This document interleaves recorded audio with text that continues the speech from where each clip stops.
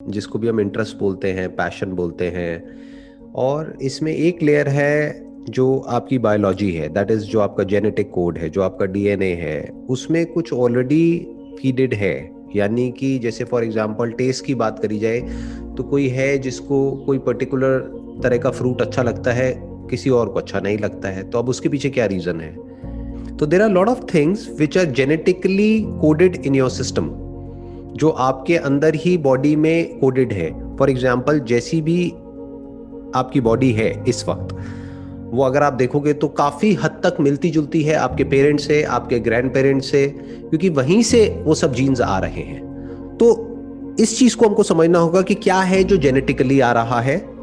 जैसे आपकी food preferences हो गई, जो आपका बेसिक नेचर हो गया। जैसे कुछ लोग हैं जिनको बहुत ज्यादा एक्टिविटी पसंद है, कुछ है जो इंट्रिंसिकली लेजी होते हैं, जिनको बहुत ज्यादा एक्टिविटी पसंद नहीं है। तो कुछ चीजें हैं जो आपके कंट्रोल से बाहर है, तो उसको क्या करना पड़ता है? ऑब्जर्व करना पड़ता है।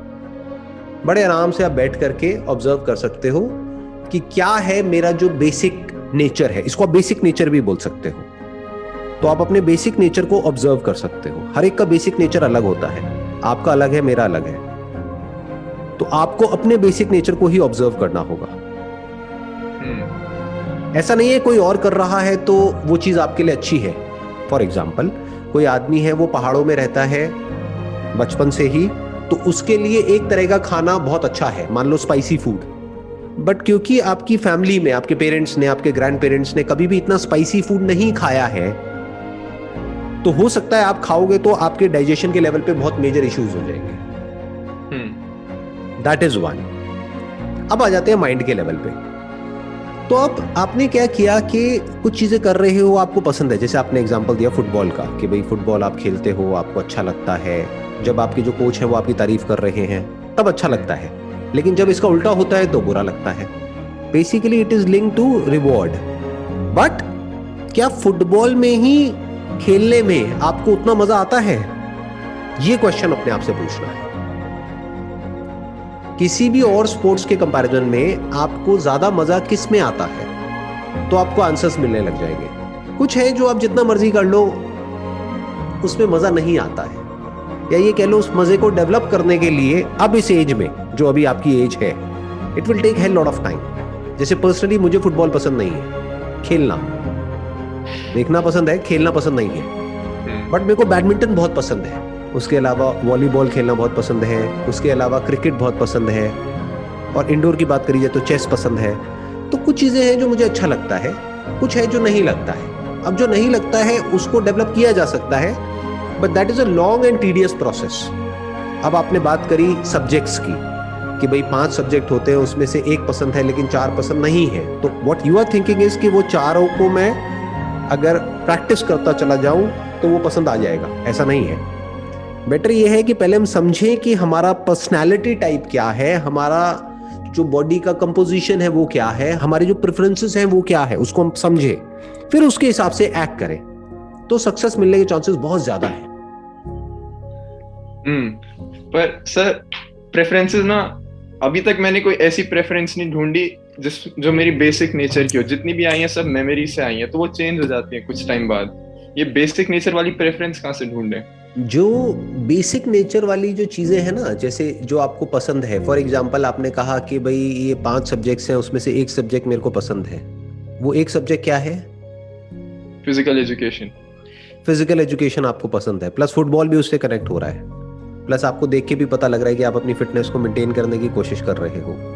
मतलब you are passionate about fitness. तो एक ब्रॉड कैटेगरी तो हमको मिल गई ना, दैट इज फिजिकल एजुकेशन।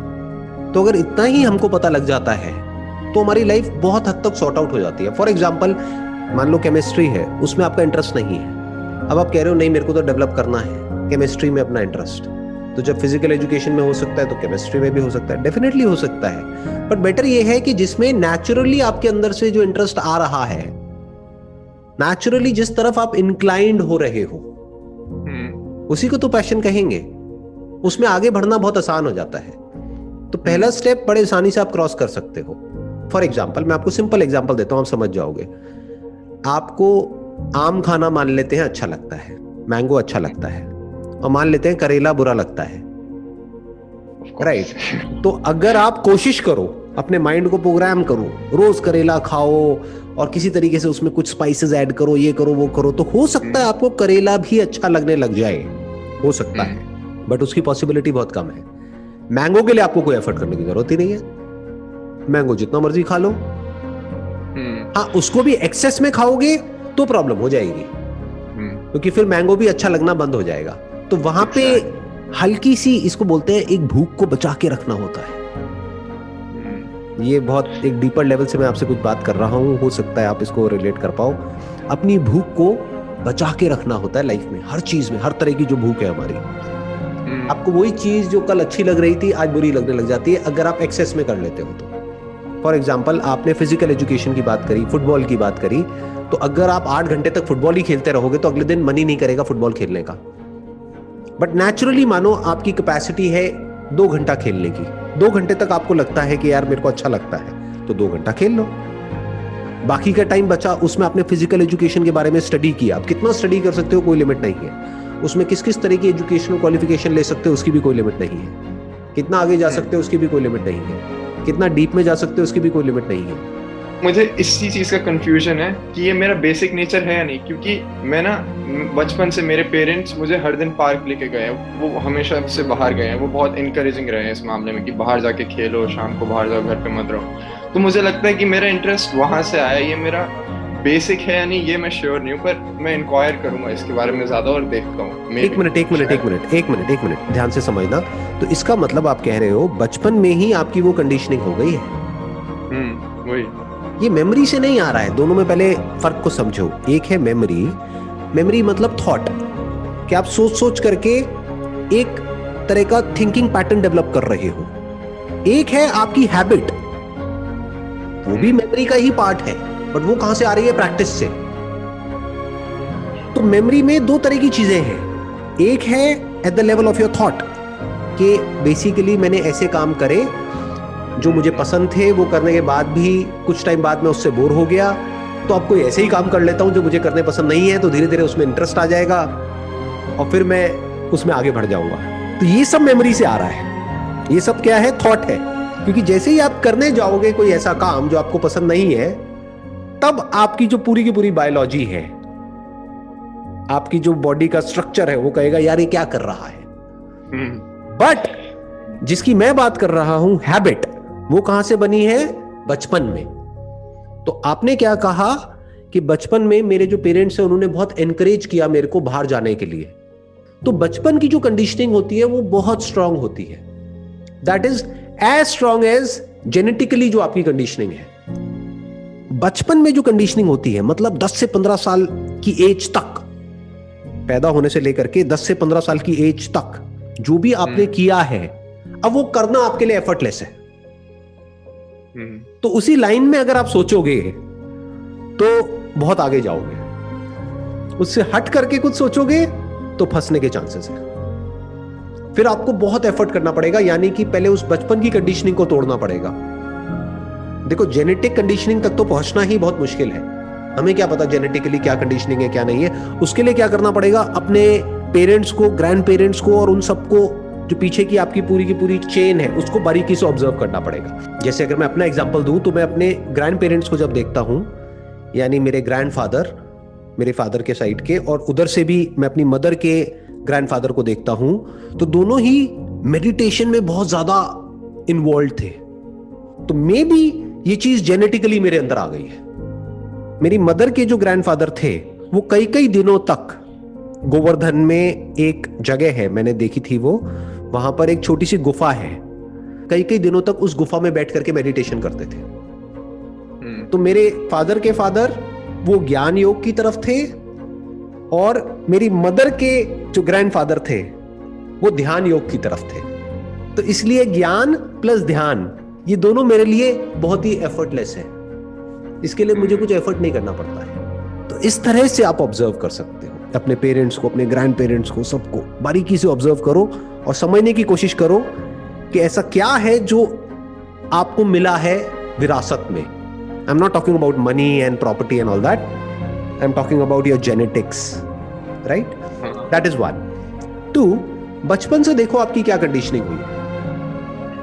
जैसे मेरे लिए भी जो आप बात बोल रहे हो उससे मैं बड़े आराम से रिलेट कर पा रहा हूँ, क्योंकि बचपन से ही मेरा भी स्पोर्ट्स की तरफ बहुत ज्यादा इंक्लिनेशन रहा है। मतलब सुबह घर से निकलता था खेलने के लिए 6 बजे, शाम को 5-6 बजे तक घर में घुस रहे हैं। ये मैं बात कर रहा हूँ मई जून के महीने की, जब वो 2 महीने की छुट्टियां होती थी। भरी दोपहरी में, गर्मी में, दिल्ली की गर्मी आपको पता ही है कैसी होती है, वहां पर भी सुबह घर से निकला हूँ, शाम को घर में घुस रहा हूँ। तो वहां से स्टेमिना डेवलप हुआ है, स्पोर्ट्स की तरफ इंक्लिनेशन है, तो वो सब चीजें मेरे लिए करना बड़ा आसान है। दूसरी तरफ से कोई बच्चा है जिसको बचपन से ही बिठा दिया गया है पढ़ने के लिए, 24 घंटे पढ़ते रहो पढ़ते रहो पढ़ते रहो, अब उसको बोला जाए एकदम से कि भाई तुमको जॉगिंग करनी है 1 घंटे तक, वो बेचारा घबरा जाएगा, वो कहेगा ये क्या करवा रहे हो मेरे से। बट उसको बोला जाए पढ़ना है तो उसके लिए बड़ा आसान है। तो इस तरह से आपको स्टेप बाय स्टेप आराम से समझना होता है। जैसे आपने कहा कि भाई बचपन से ही आप बहुत एक्टिव रहे हो फिजिकली, तो अगर कोई ऐसा ही प्रोफेशन चूज करते हो और अभी आप स्पेन में हो, तो आई एम श्योर आपका फाइनेंशियल बैकग्राउंड अच्छा है।